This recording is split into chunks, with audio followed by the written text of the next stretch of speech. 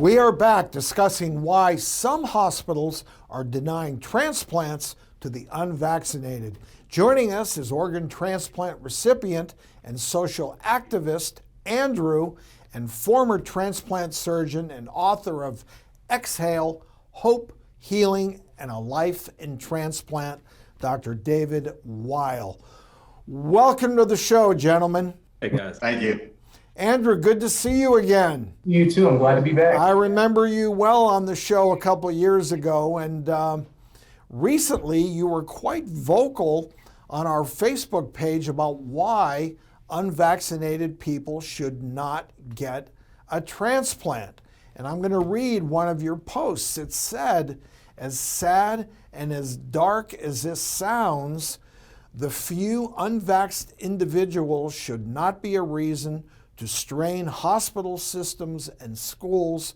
There aren't enough organs and organ donors as it is. Don't waste them on someone who chooses to be susceptible to disease. Andrew, a very powerful statement. It is.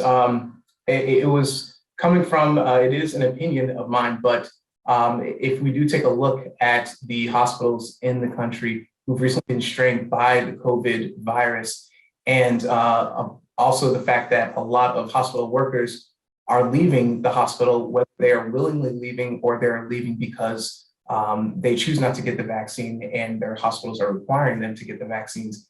The hospitals have chosen to protect not only their patients, but also the people who are helping these patients get the transplants they need. I, of course, don't believe that people who aren't unvaccinated should not get the transplant, because I think that there will be a time where we will be able to accommodate unvaccinated individuals to allow the vaccine to be available to as many people as possible. But there are still people who choose not to get the vaccine and are still running into roadblocks when it comes to certain things such as needing a transplant. All right, Dr. Weill, you've done over 1,000 transplant surgeries. I know how difficult, how complex those type of surgeries are. Hearing this, what are your thoughts on what Andrew is saying? Well, I think we ask transplant recipients to go through a lot. We ask that they do an extensive evaluation, and we require certain things of them with only one goal in mind, and that's success. We want to stack the deck as much in favor of a successful outcome as we can, and vaccinations have always been a part of that.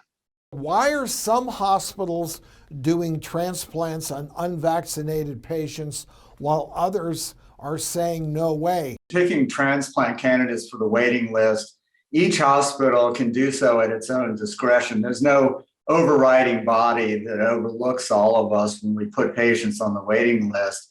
I think, though, from a medical and scientific standpoint, the issues are rather straightforward. But as we all know, the inflamed political discourse that's happened around vaccines have made its way into the hospital arena as well. And Dr. Weill, comment please on the status of organs that were donated from deceased COVID patients. Is this a problem? Well, we would not take an organ donor from a patient who died of COVID-related disease, because we would be concerned that we're simply transmitting the virus from one patient to the other. We now routinely check to make sure that a potential organ donor is not infected with the coronavirus, and if they're not, those organs are generally usable. So we're not making a decision based on vaccination status, we're making a decision based on infection status.